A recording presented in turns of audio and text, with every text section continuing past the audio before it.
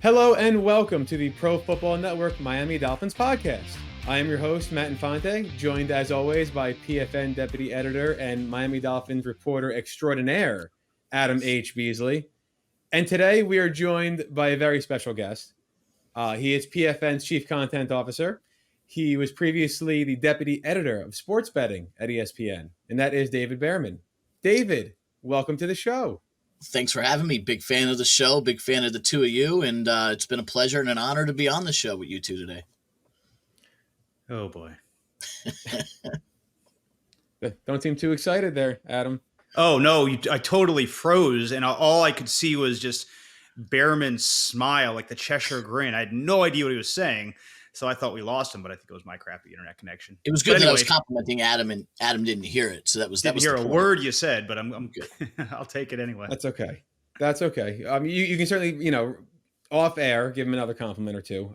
I'll just have to go back and certainly listen needs to that the for show. his ego. That's the quota for the week. I'm good. All right. So David, you're here because we want to talk a little bit, there's a lot going on as we head into week one of the season. We wanted to spend some time talking about betting because why not?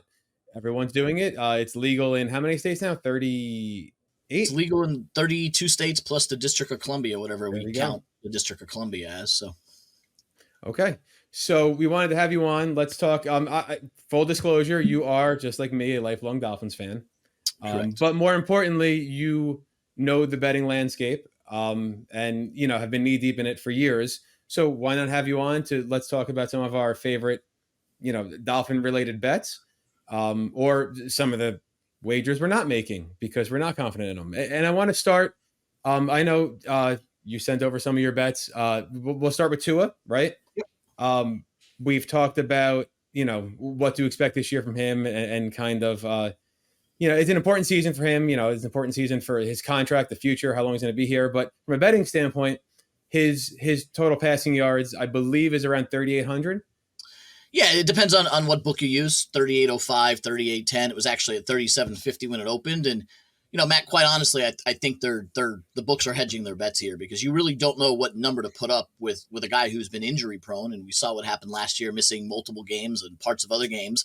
But by the sheer number, I want to take advantage of the fact that it's low. And a lot of the betting content comes down to value.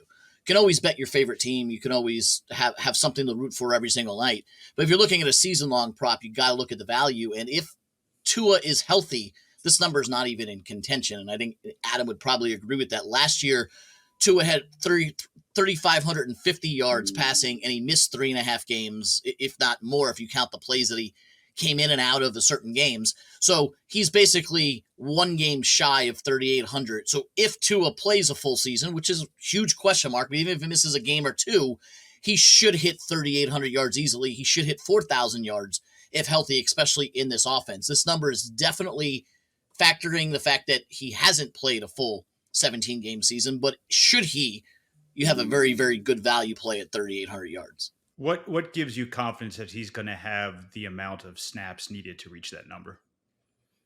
I mean, I'm not a doctor. I haven't looked at his head, whatever. And obviously the Dolphin offensive line is going to be part of that. But I think that, they have taken approaches in the offseason, as we saw in the preseason with some of the ways he's fallen, to try to help him out a little bit. And I mean, law of averages, you're not going to get 3 concussions a year every single year. But I also know he's one hit away from not playing the rest of his career potentially. And therefore that would be a losing bet. Am I confident he's going to play all 17 games? No, but I also don't need him to play 17 games. He hit 3,550 last year, only playing in like parts of 13 games. So really, I only need him to play on average 14 games on the season for him to hit 3,800. If you look what he's averaging per game and in terms of passing yards, do I think he could play 14 games? I think he's either going to play 14 or more or potentially 2. If he gets hurt in the 3rd game of the season. Like, I'm not sure there's a middle ground there because this is not the same situation where when he gets injured last year, give him a week or 2 or a play or 2. And then he gets injured, well, he'll miss 2 games. If he gets injured again with the head, I think he's done.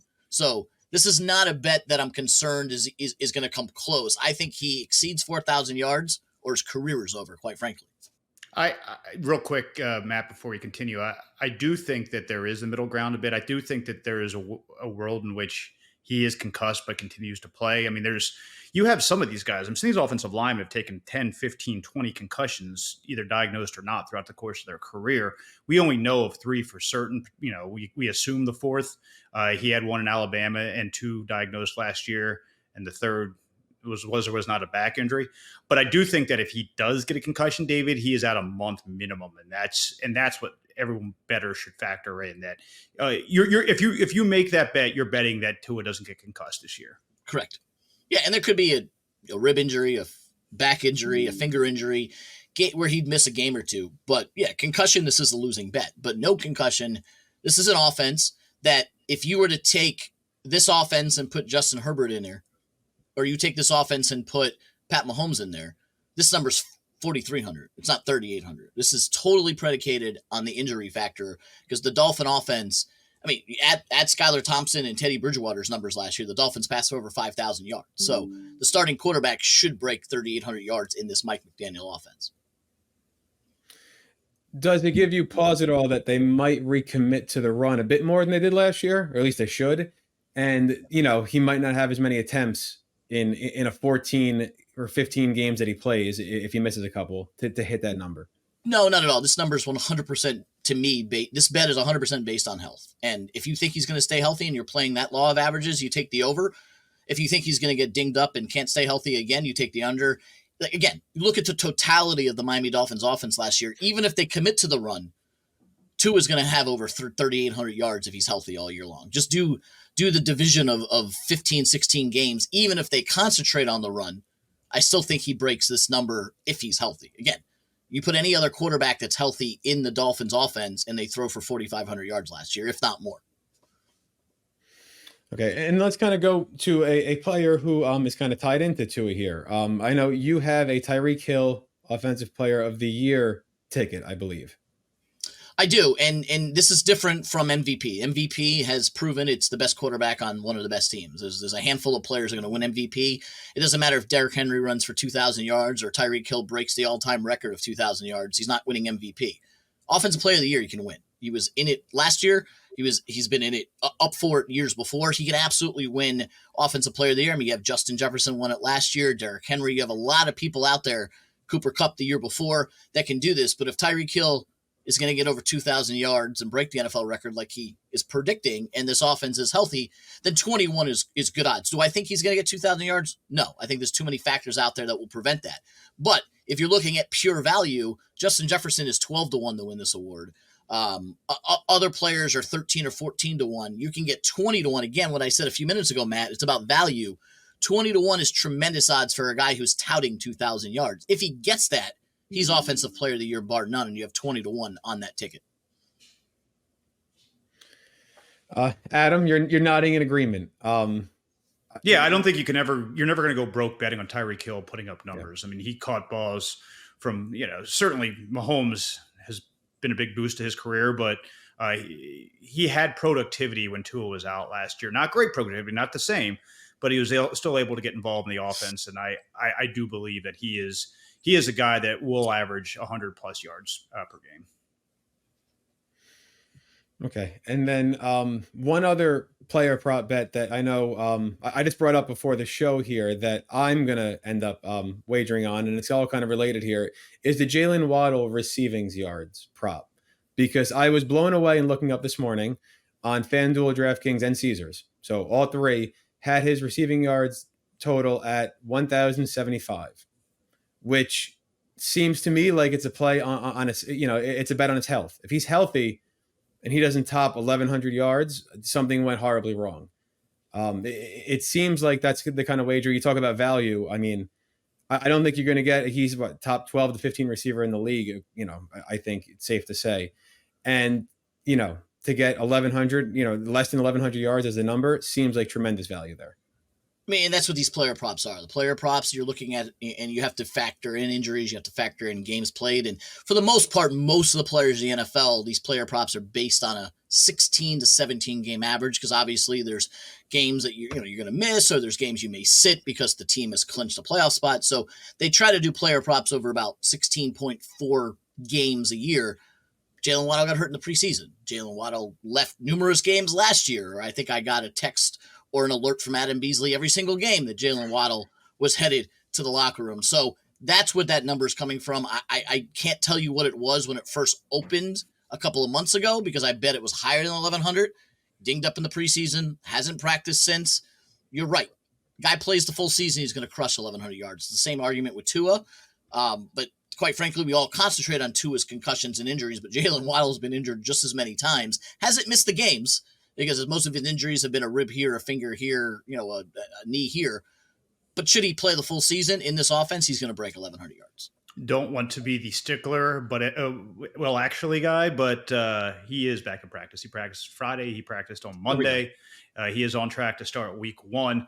One other crazy stat, that 2021 Dolphins offense was horrendous. The dual-headed offensive coordinators, we all remember well, very fondly, or maybe not so fondly. Jalen Waddle in that garbage offense had over 1,000 yards. Okay. He is going to shatter that over, to your point, assuming he plays 15 plus games. That number is going to be obliterated. And I agree. That's a good bet. And then before we move to more of a team, futures discussion, I wanted to talk quickly about the Tua MVP bet. And it's interesting because right now you can still get it on DraftKings at 22-1. It's at 16-1 on FanDuel. I believe Caesars had it at 16-1 as well. Oh no, Caesars has it at 22-1. So it's 16-1 on FanDuel. So you can go to DraftKings or Caesars and get it. What is interesting to me, and now I'm going to nerd out real quick on stats. The last 5 MVPs, they were all first or second in 4 specific categories: passer rating, total QBR, adjusted yards per attempt, and the expected points added plus completion percentage over expectation composition. The only one that wasn't was Lamar Jackson. He was 4th in yards per attempt and 3rd in passer rating, but he's an outlier because of all the rushing. Last year, Tua, in a first year in a system, was 1st or 2nd in each of those 4 categories, except total QBR, where he was 3rd. If he puts that kind of season together again in year 2 of this system and plays 15 or more games and not, 13, why couldn't he actually? It was an MVP caliber season last year. So if you can get that at 22-1, why not? I don't think the odds are high enough, honestly. You go back to what I said at the beginning about value. When you look at these futures, everything you just said is 100% accurate. Even the last stat you mentioned that I have no idea what it was, but if he hits those numbers, he's absolutely an MVP candidate. He showed during his 5-game stretch in the middle of last year that he was MVP candidate, soaring all the way up to number 2 in the odds behind Jalen Hurts at the time, which is amazing to think about how high Tua was in the odds race last year for MVP. But at the end of the day, that's just, you're not giving me enough with 18 and 22-1. We talk about how 20-1 was good value for Tyreek Hill, because going into the season, you could see Tyreek Hill being an offensive player of the year immediately. I just don't think 22, and you had mentioned 18 and other numbers, for a guy who is injury prone, for a guy that you don't know what you're going to get, you're going to need to give me more than 22-1 for me to take it. Will I take the 3,800 yards? Sure, because the math still checks out. He almost hit it last year with 13 games played. He's not winning MVP at 13 games. Even if you look at Jalen Hurts, who was the MVP favorite before he missed 2 games at the end of the year, all of a sudden dropped out of the MVP favorite because he missed those 2 games. You really can't. If you're betting Tua to win the MVP at 22-1, you are counting on a 17-game season, and that's hard to do. I don't need 17 games to hit 3,800. You're going to need 16 at the least to hit 22-1 odds for MVP. Hey, here's one other argument against making that bet. I don't think the Dolphins are going to win enough games. I think an MVP candidate needs to have at least 12, probably 13 wins to win it, and that's a high number considering the schedule. We'll get to that in a bit. Did you have 14 minutes into the podcast the first time Adam poo-pooed the Dolphins? I don't know. If you had that ticket, go ahead and pay your winner. Look, one man's poo-poo is another man's realism, okay? You go ahead and look at that schedule. I've looked, and we'll talk about it. You're not wrong there. You're not wrong there. If you win MVP, you're going to win 12, 13, 14 games, and Adam's not wrong there. So, okay, so really good segue. First of all, for those of you watching on YouTube, I'm not shrinking. My office chair is actually going down as we were talking here, so I just had to fix it. So apologies there. Adam is making me sit on a phone book. I don't know if the audience even knows what a phone book is, but he is making me sit on one. So do you keep that phone book just for podcast? It's not purposes? really a phone book. It's a box with VCR tapes in it. Oh, even a more. Whoa! Can we discuss what a VCR is for those? It's a box that has not been opened in about 10 years. So that's why it's still tight. It's still there. It still has tape on it. I'm not going to crush it. We have limited storage space in my house, and I have 3 drawers just filled with CDs and DVDs. What the hell am I going to do with those? I'll never use them again. No, they're really good if a table is wobbly, right? You can put them under there. I made my first trip to a mall in like 10 years yesterday, and it was blown away by the section there was a music and video store that had a whole section of CDs and DVDs to buy from all the great shows that we've ever watched. How are you going to watch a Sopranos CD? Where are you putting a Sopranos DVD? In an old laptop. That's how you can watch it. Right. So, let's talk quickly team futures. I know. So the Dolphins win total at most books is set at about 9.5. David, you don't have a play there. Why? Well, and I've been asked this question on numerous shows. Quite frankly, I think the number's right. And Adam hit on, what the record might be, and we'll discuss the schedule in a minute. 9.5, I mean, can you see the Miami Dolphins winning 10 games? Yes. Can you see the Miami Dolphins winning 9 games? They did it last year. There's just too many unknowns. Fully healthy, full capacity, yeah, they can win 13, 14 games to get the number 1 seed, win the Super Bowl. We're all happy. An injury here or there, and they're an 8-9 win team like they were last year. So the 9.5, if there's any team of the 32 teams whose win total is set perfectly, it's probably the Miami Dolphins. They can win anywhere from 7 games to 12 games. If you look at the schedule, which Adam has talked about, that's a tough schedule to go ahead and bet on 10 wins. Do I think they're going to win 10 games? Yes. If you force me to make a play, I would take the over. It's 1 more win than last year. Tua missed a bunch of games. They should be better. The defense is going to be better. We'll talk about all of that in this pod. I just wouldn't put my money on it because, we've watched the Miami Dolphins for 40 years. Anything convincing you that they're going to have a season without injuries that's going to get them 10 to 12 wins, fine. But 9.5 is probably the perfect number. Plus the juice is on the over anyway, which means you got to lay more money, which makes it more difficult to take in terms of value. I just think it's the right number. At the end of the day, this might come down to the last week of the season or the second last week of the season. And those are the bets you don't want to take. You want to have over 9.5 on the Eagles last year, which clinched by freaking Halloween, and have a no sweat. That's the type of bet you want. Who is this year's Eagles, by the way? Which one of these teams has a number that's really low? I'm going to say the New Orleans Saints, and I say that because of their schedule. They have the easiest schedule in football, like the Eagles did last year, and it's disgustingly easy if you look at it. The Saints are going to be favored in 11 of their 17 games, very similar to what the Eagles were. And I'm not projecting the Saints are going to win 14 games like the Eagles did, but if you factor in their division opponents, which is 6 games, they play the AFC South, which is another 4 games, and their agreeable, the games that they have different from their other teams are against the dregs of the other NFL. So this schedule for the Saints sets up for 12 wins, even if they're not good. They also have the only quarterback in the division, which is worth anything, in Derek Carr. They'll get Alvin Kamara back after 3 games. Thomas is more healthy than he was. Olave's awesome. I'm not picking them to win the Super Bowl, but I think 9.5 is Eagles territory from last year. And then do you have any feelings on the AFC East division odds? Do you have a play? Is there one? When I looked at them last, Buffalo was about plus 120 on most of the books. The Jets are 250 to 270, and the Dolphins settle in right around plus 300. Is there any value there for any of those teams, really, that you'd want to put your money on? I think the Dolphins are better than the Jets, so I already bet the exact finish to be Buffalo, Miami, New York, New England, and you can get 7-1 odds on that. I think if you think Buffalo's going to win it and New England's going to finish last, it's a coin flip for the other two, and I think you're getting the value because the Dolphins are a longer shot than the Jets, simply because everybody's betting the New York Jets. It's the toy of the month with the Aaron Rodgers stuff is everybody's betting the Jets, so they're overinflated. So I think there's value there. If I were to pick a team to upset Buffalo and win the division, I would pick the Dolphins before I pick the Jets for that same reason. The Jets number is suppressed because everybody's betting it. Before Aaron Rodgers, the Dolphins were the second favorite to win the divisions. Now you're getting third place division odds because of Aaron Rodgers, and I'm not sure that should change all that much. He's good, but I'm not buying the Jets yet. So I would flip those two. And, am I playing the 3-1? No, because it is the Bills division, but it wouldn't stun me to do it. And by the way, credit to the Dolphins and Jets and for changing those odds. Last year at this very time, the Bills were odds on at minus 300.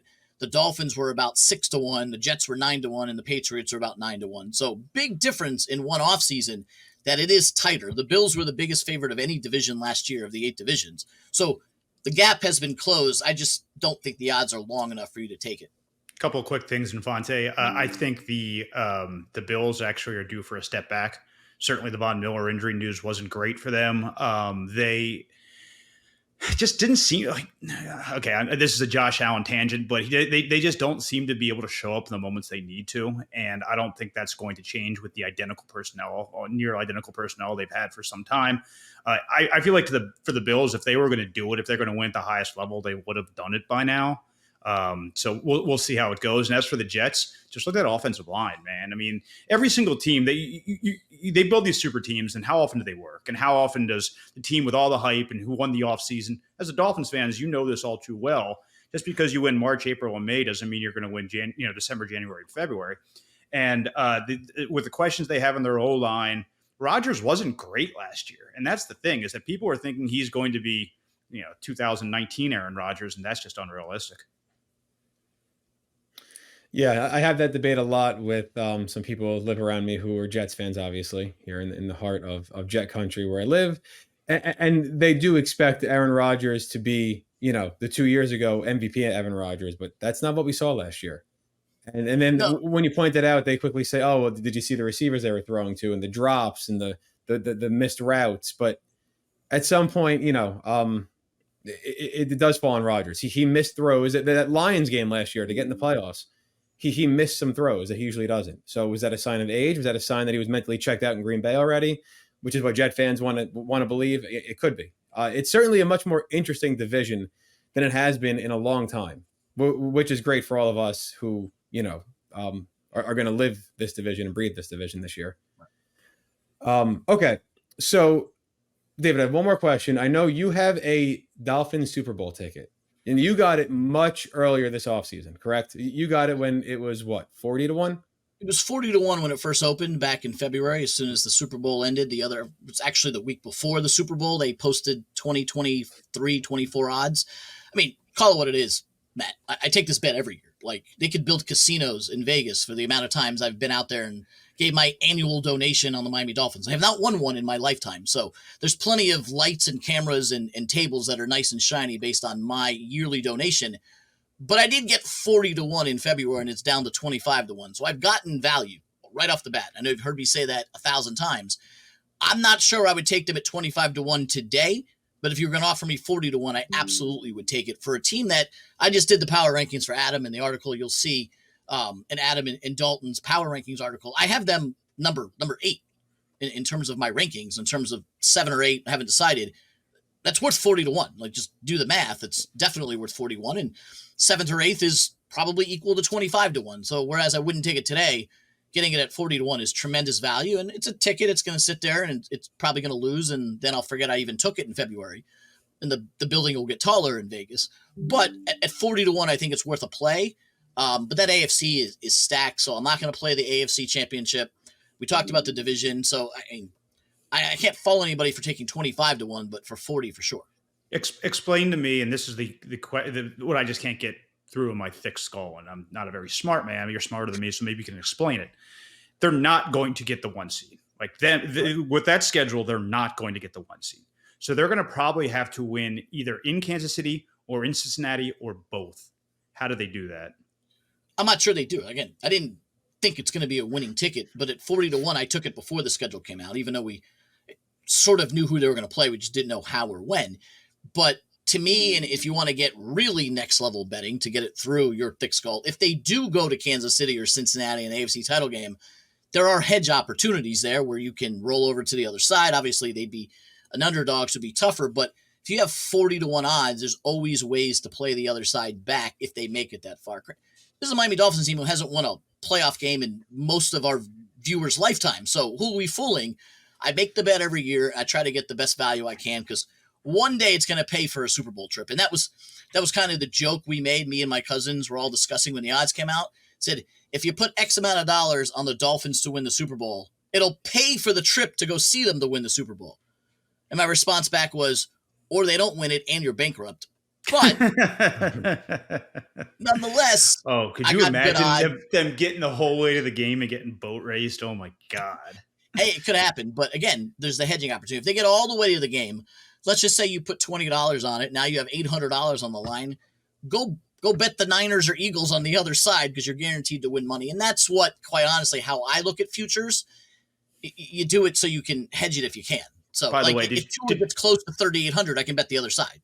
Did you hear Bearman just not even mention the Lions as a possibility?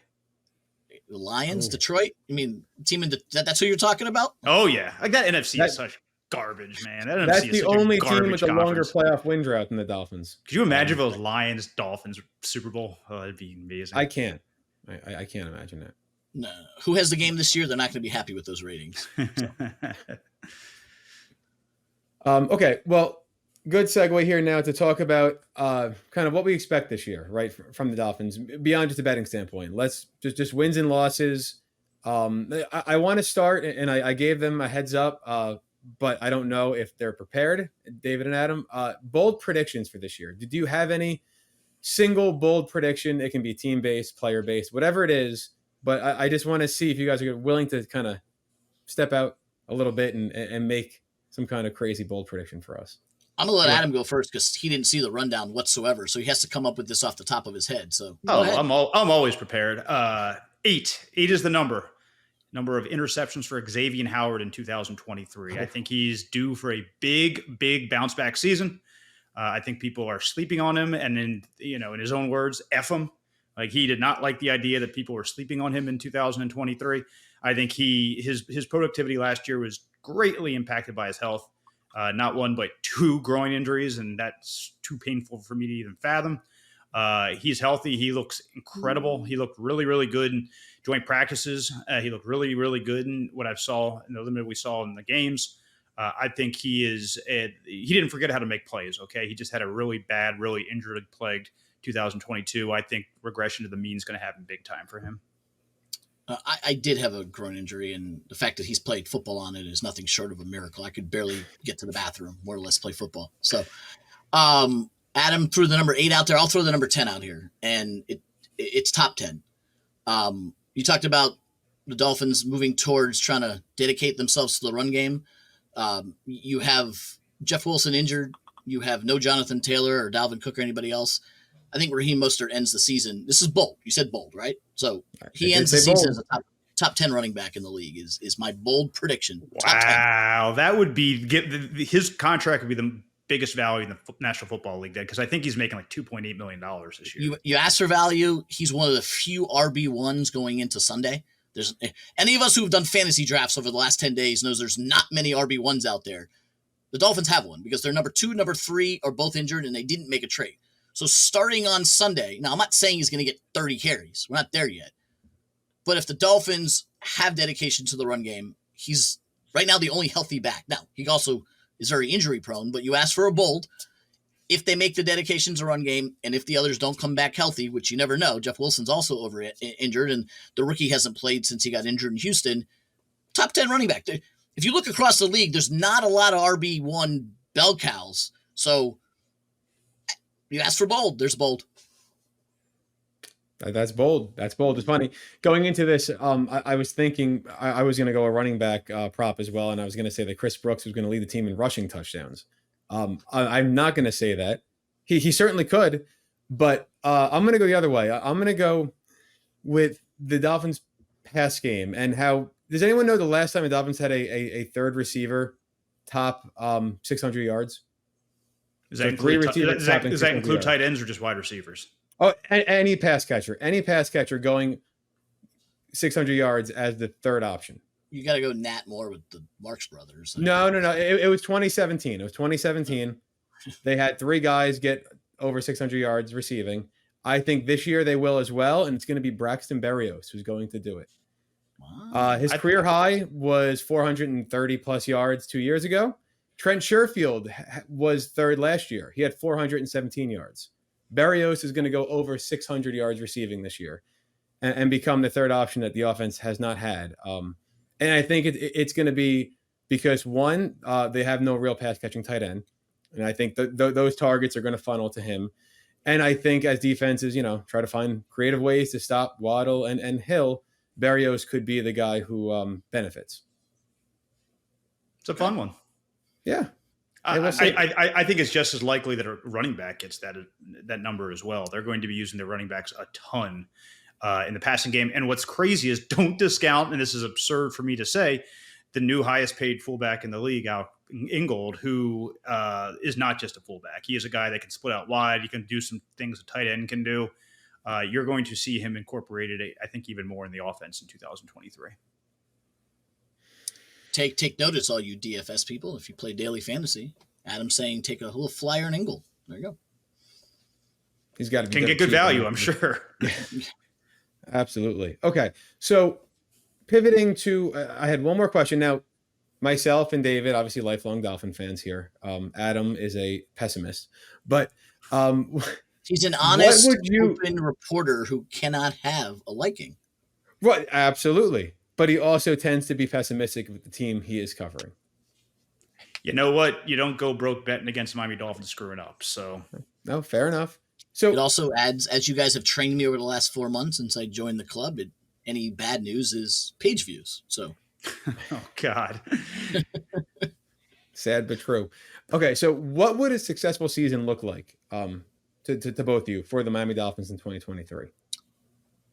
At the minimum, a playoff win. You have to break that ice. You have to have a playoff win. This team has been built over time after dismantling and, sucking for lucking and everything else that they did to the draft picks and the trades. And you go through the whole thing. They have to win a playoff game. Now, I hope it gets beyond that. To Adam's point, they're not going to get the 1 seed. So you're maybe you win the division you host, or you don't win the division. You got to go on the road somewhere. You have to win. If you don't win a playoff game, the season is a failure, period, in my mind. You have to win at least one. Now, is that enough? I don't know. Next year's salary cap isn't pretty. They're going to have to make a lot of moves. So this may be an all-in scenario, but you can't say Super Bowl or bust. It's just not realistic. You got to win a playoff game. Period. I'm going to say Super Bowl or bust because it is realistic, because this is the plan. Like, right, 2019, you guys lived the pain of the teardown, the rebuild. This is the window. They talked about building sustainability. What they're doing is not sustainable, guys. They're not. I mean, even the idea that they entertained the notion of trading for Jonathan Taylor and giving him a big contract just shows you how all in they are right now. All their principles are going to be thrown to the wayside. If they see an opportunity to upgrade significantly at the trade deadline, consequences be damned, they're going to do so. They are all in for this year and next. That's their window. Anything short of an AFC Championship game appearance is a failure, because if they don't do it this year, they don't do it next year, they're not doing it for 5-6 more years. There's your column, Adam H. Beasley. I think I've written it once or twice. But yeah, no, the way they structured this thing, they just don't have the resources down the road to do it. You guys hear that alarm going off, by the way? I think my smoke detector is beeping. I hope we're all okay. Hey, if he goes down, you're going down with the ship, like all of us. It's probably not good that that's happening right when you're talking about Super Bowl or bust for the Dolphins. Right. I would say, I was going to say the same thing David did. They have to win a playoff game. It's been 23 years. It's finally time. Yeah, I know, 23 years. Only the Lions are longer, like I said. So about a decade ago, I made a list of the teams that had a longer drought in a Google sheet. And I kind of checked them off as each one, the Bills, the Browns, as they won one, kept checking them off. And now it's down to the Dolphins and Lions. And it's been a while. But I guess the flip side to that is if they don't win a playoff game. So we would all agree the season was a failure. What happens?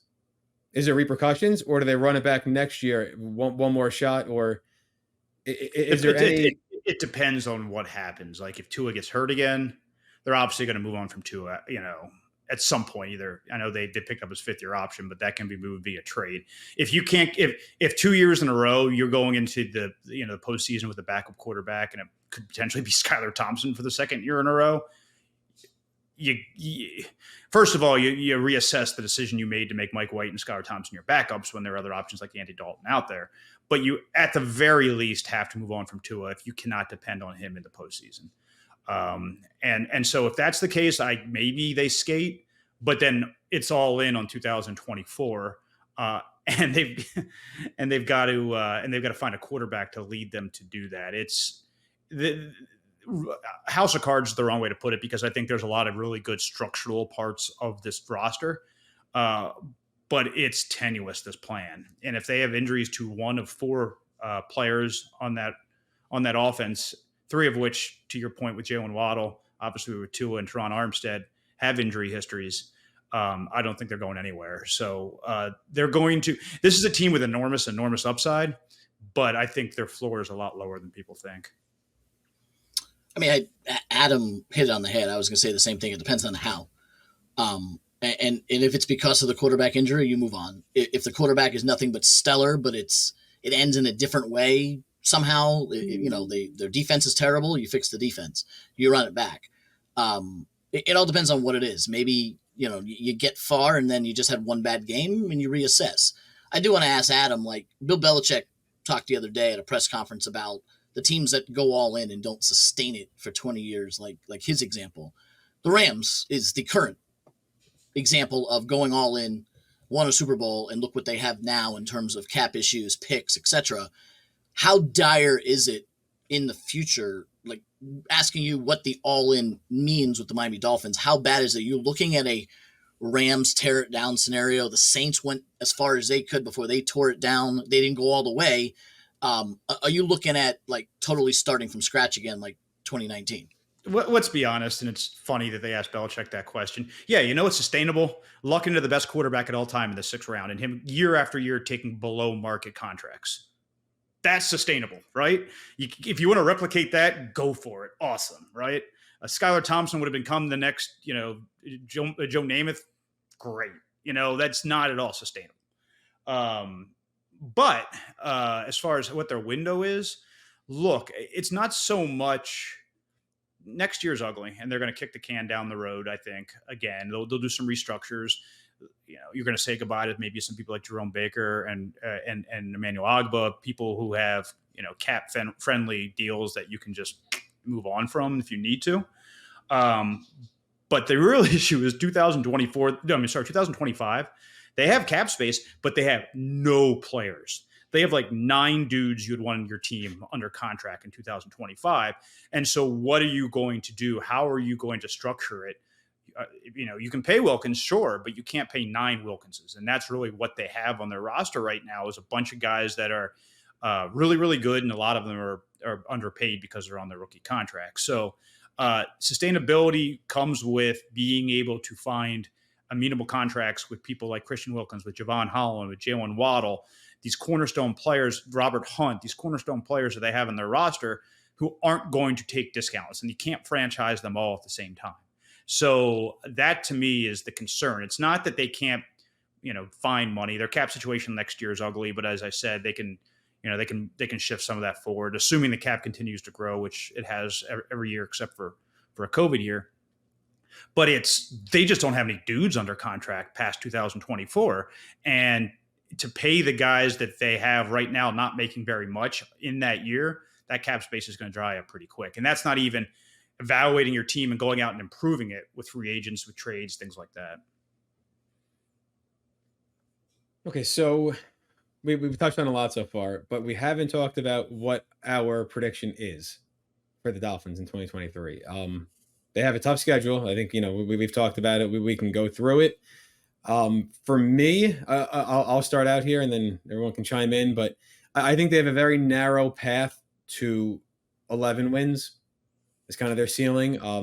The way I look at a schedule, I like to break it down into chunks based on the sequencing. So people think this, the schedule release doesn't matter. I think it matters a little bit because there is something to the flow of a season. And I think if they're going to get to that 11-ish win ceiling that I have in my head, they got to start out 3-1. That first group, they have to. They're starting in LA on Sunday, and then Sunday night against the Patriots. Win those 2, win the home opener, right, and then play with house money against the Bills in Buffalo week 4. I think that's the path. Realistically, I think you're looking at a 10-win team that, like we've noted, can drop to 8 or 9 wins depending on the health of various players who have health concerns. But that would be, if someone told me what is your, they asked me what was your prediction for the year, I would settle on a 10-7 with a narrow path to an 11-win season. But things have to break right. They have to stay healthy, and they have to start hot. What's crazy is 10-7 might win the division, right? I mean, that might be good enough considering, because as hard as not because it's a bad division, right? But because they're going to beat each other up. 100%. And as hard as the Dolphins' schedule is, the Bills is even harder, right? The Bills get every single division champion from last year. Their schedule is even more difficult. So, I think your synopsis of the lay of the land is absolutely on point. I think 10-7, 11-6 is the range. But I think there's a higher likelihood that they go 8-9 than there is they go 12-5. I like to break down the schedule just like you do, Matt, into chunks, and there are some wins post-bye week. Like the post-bye week schedule of 8 games, that's Raiders, Jets, Commanders, Titans, Jets, Cowboys, Ravens, Bills. Obviously, the last 3, Cowboys, Ravens, Bills, are tough. There's wins there. Like, you could reasonably say 5-6 wins of the final 8 games, which makes the first 9 games that much more important. If you don't have a winning record going into the bye, they're done. You have to have at least 5-4 going into the bye. By the way, you have the Bills, the Eagles, and the Chiefs and the Chargers on your schedule before the bye. Even if you give them all 4 losses, you should be able to beat the Broncos, the Giants, the Panthers, the Patriots. So I'd like them to be 3-1, but that's a tall order when you're starting with the Chargers, Sunday night against Patriots, Broncos, and Bills. Like, nothing worse than 2-2, obviously. You're 1-3, the season's over. But 3-1 would be optimistic. 2-2, you got the Giants and Panthers. Eagles are going to be a tough one on Sunday night. You should beat the Patriots. Chiefs in Germany is probably a loss. You got to be 5-4 or better heading into that, because then the end of the season, you could win 5-6 games. Then you're looking at 10, 11 wins. I do agree with Adam that 8 wins is more likely than 12 wins. I'm going to go with 10 or 11. I think 10 is the most realistic. And like Adam said, 10 could easily make the playoffs in the AFC. I'm somewhere between the 10 and 11, and all of it depends on those first 9 games.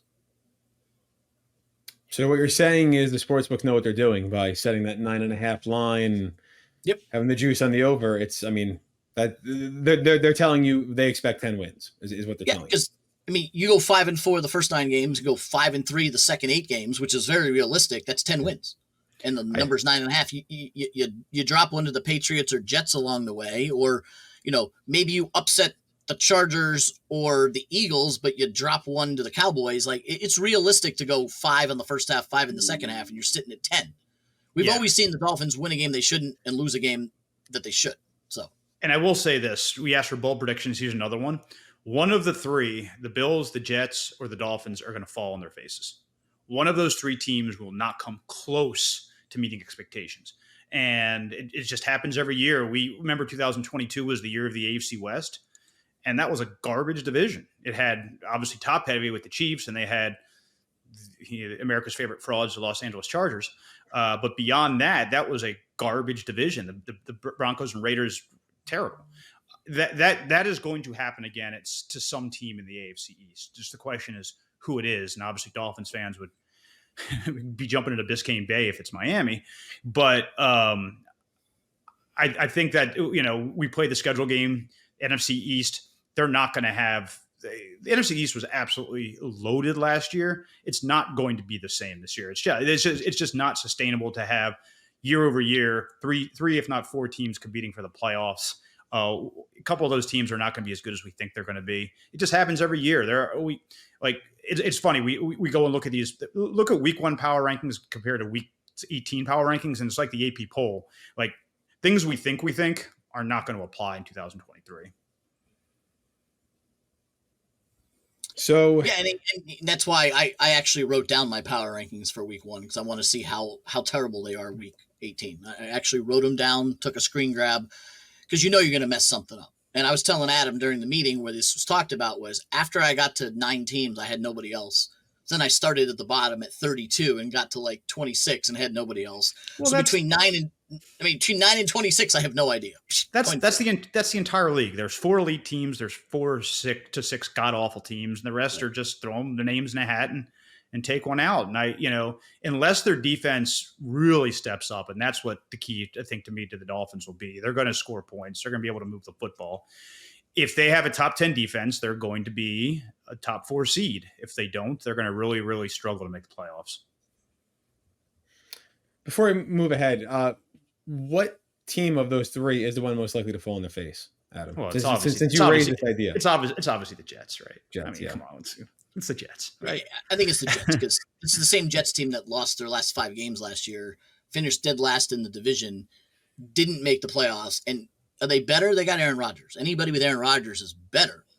But what Aaron Rodgers are we getting? I mean, to Adam's point, this happens every year. You have a team that gets a big free agent in a big market, and they're on Hard Knocks, and that's all anyone talks about for 6 weeks is the New York Jets. So nothing will please any of us more than see that be the answer and them fall on their face. But I just think that team is talent-wise not as good as the other 2 teams. And they're talking about the 85 Bears, their defense being as good as the Singletary Bears. And I'm just like, guys, just have a winning record first. Come on. Right. And last year's losing record included a game where the Dolphins had a 3rd-string quarterback in there by play 2. By play 2. And by the way, they were still in the game, the Dolphins, in the 4th quarter with 9 minutes to go. Didn't the Dolphins didn't they win that game with field goals and safeties? They didn't score a touchdown in that game, right? That was the closeout to get in the playoffs. Yeah. Yep.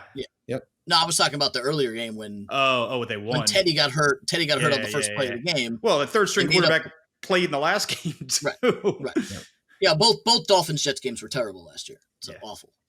Bad for football. It'll be much better this year. And the first one's on Black Friday this year, which is going to be another interesting dynamic that should be fun. We're going to go together, right, Matt? Together?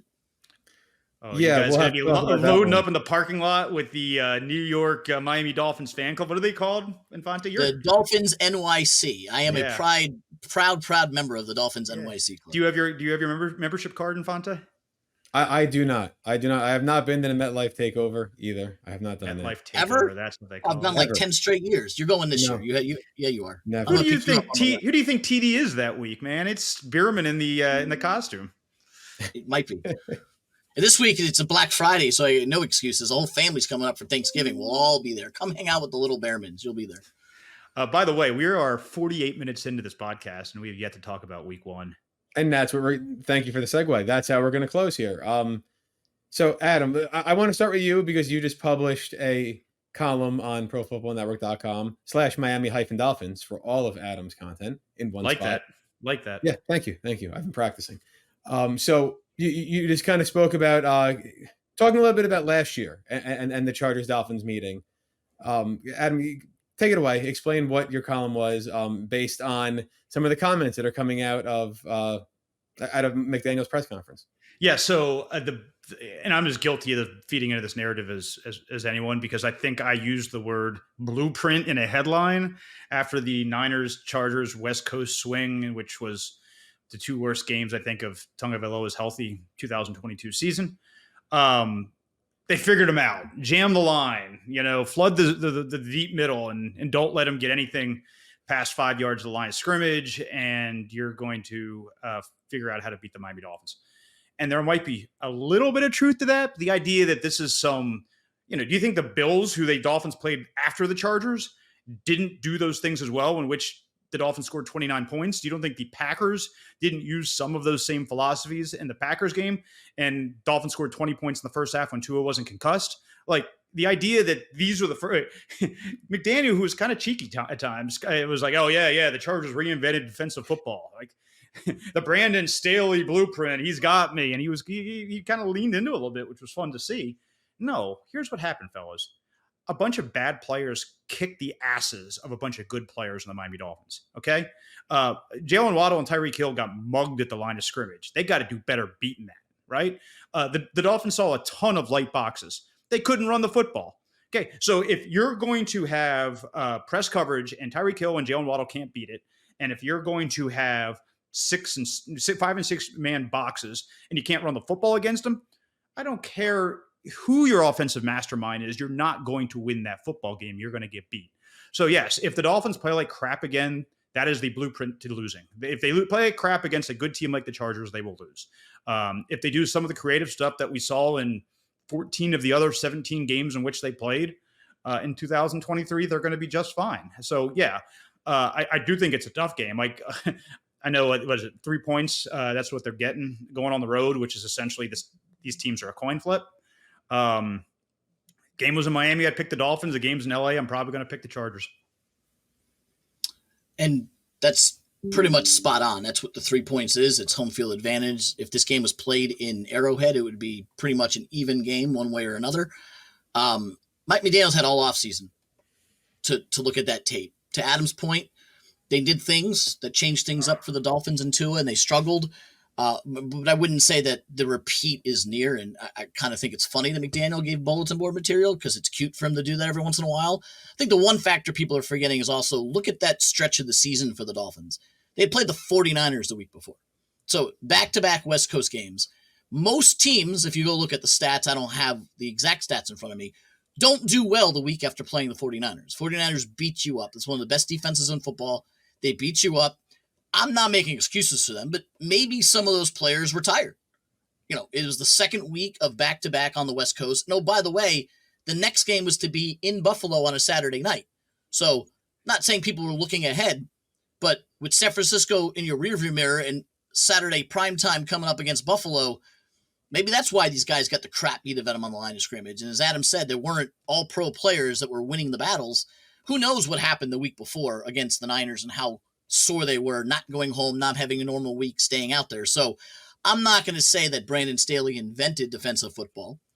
But this is also a Chargers team that, if you look at the totality of last season, they had more misses than makes, and the make happened to be against the Dolphins. It's also the same team that blew a 4-touchdown lead against Trevor Lawrence and the Jacksonville Jaguars in the playoffs. So I'm not ready to put the farm on the Chargers. I think the line is exactly what it should be. It's a toss-up game. And depending on which Dolphins offense shows up is where this game is going to be had. I can see it going either way. I could see them losing a tough one on the road in LA to start the season, and I can see them going out there and saying, we're better than you and winning that game. Yeah, and I think, Adam, you had mentioned how McDaniel had all offseason to, review the tape. He also, and not that he was involved too much in the game planning because it is a Brandon Staley defense and all, but Ronaldo Hill was the defensive coordinator in LA last year. He's now on the Dolphins coaching staff, so you can also all that but stuff. It's on the tape, right? What they did is on the tape. They don't really need to talk to Ronaldo Hill to find out what they did. They know. Yeah. I also think they were the Chargers were very chirpy last year after that game. I didn't realize it at the time. A lot of quotes resurfaced this week for what the team, especially these defensive players I'd never heard of before, were saying after that game. And I would not be surprised if that's not something that's going around that locker room, knowing that they were kind of, sticking out their chests a bit after that, publicly. And by the way, go ahead, Adam. I do think that this will be a very revealing game because how they play is as important to me as the result. Like if they go out there and lay a complete egg and the defense gets torched, like that's the thing is that McDaniel will figure out the offense. So long as the quarterback's healthy, there'll be a top 10 offense in points and yards per play and all that. But if Justin Herbert, who now has a new offensive coordinator, finally got out underneath the thumb of Lombardi, if they're able to harness his great natural ability, and they light up the Dolphins defense, I will be concerned because there is a long list of very good quarterbacks on this schedule that they're going to have to go and beat. And if they can't handle Justin Herbert, how are they going to handle Patrick Mahomes? I mean, the way they talk about this game, you would have thought the Dolphins lost 44-0. They lost by 6. I understand they had a late field goal, but it was a 9-point game with a minute and a half to go, and it ended a 6-point game. It's not like this was 44-0. The Dolphins were in the game. It didn't feel like they were in the game, but they're in the game. And to Adam's point, they had a very fluky touchdown on that fumble recovery. Yeah. It wasn't the world's best game, as we know. Yeah. But to Adam's point about the defense, Mike Williams, 6 for 116 and a touchdown. Keenan Allen, 12 for 92. Justin Herbert, 367 yards. Austin Eckler scored a touchdown when nobody touched him. Like, you got to prevent that. The Chargers have weapons, but the Chargers also win 9 games every year for a reason. So if Keenan Allen gets 12 catches and Mike Williams goes 6 for 116, the Dolphins are going to lose the game.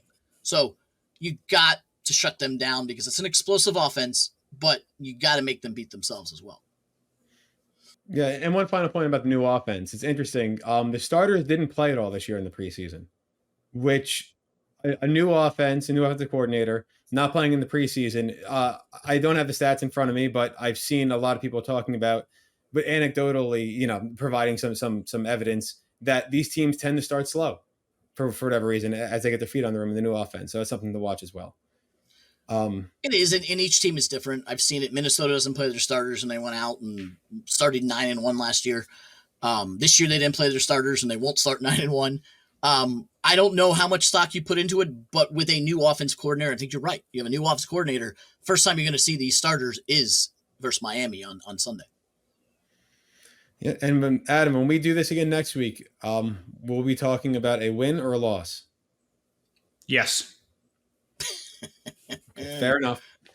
Look, I hate making picks on week 1. We have, honestly, you don't know until the first month of the season what a team is. So I haven't made my pick yet for our picks column that will drop on Thursday, and I'll probably put that off until as late as humanly possible because I am a coward.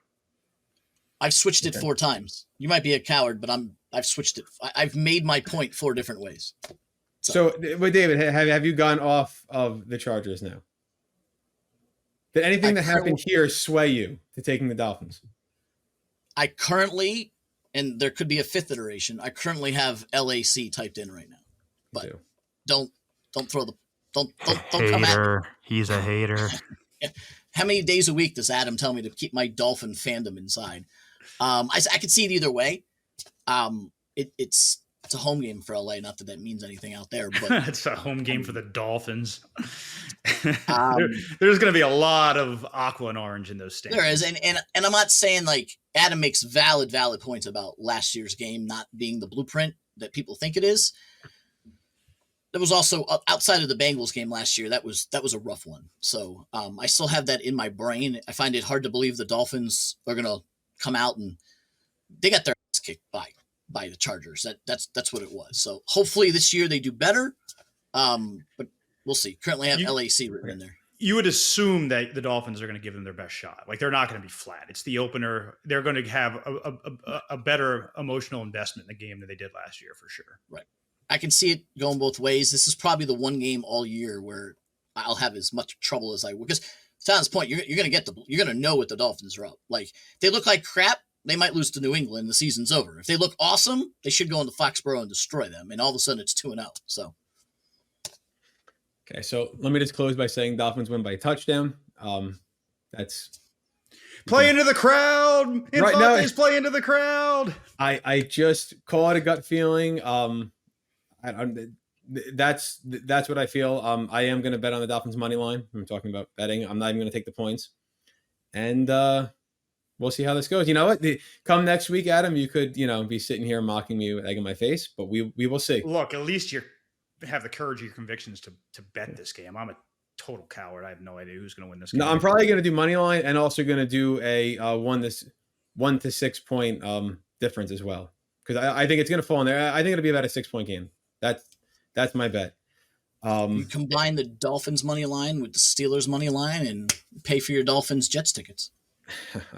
In closing, Infante, I am glad. It has been a real treat to have Bearman with us, and that's not at all sarcastic. It's the truth. I enjoy talking with him. But thank the Lord it's just you and me next week because, my God, if you're still listening to us an hour in, kudos. I take back everything nice I said about Adam H. Oh, Beasley. Speaking of our audience, don't forget to sign up for the newsletter, right, Infante? You might have a pair of Dolphins season opener tickets in your back pocket. Have you heard about this little contest we're going to be rolling out there, Matthew? That is true. If you go to ProFootballNetwork.com this week, go sign up for the Miami Dolphins newsletter, and you will be entered in a drawing to win 2 tickets to the Dolphins home opener, I believe it will be. And if you want me to drink a beer with you in the parking lot before the game, I'm your man. That's not extra, huh? No, it's just a cherry on top. The best part. And also, while you're signing up for that newsletter, be sure to go to profootballnetwork.com/Miami-Dolphins to get all of our Dolphins coverage in one spot. Subscribe to the podcast as well, available on all of your favorite podcast providers. And if you're watching on YouTube, subscribe, like, all that good stuff. And David, it was a pleasure having you here. We will definitely do this again. We will try to keep it shorter, but we will do it again. I mean, if you thought this was going to be short, you should be betting on something else. But, your original name for the show came to fruition today. So 100%. And it was our best one to date. So there we go. Everyone, check back here next week where we're talking about that Dolphins 7-point win. And we will see you next time on the PFN Miami Dolphins podcast.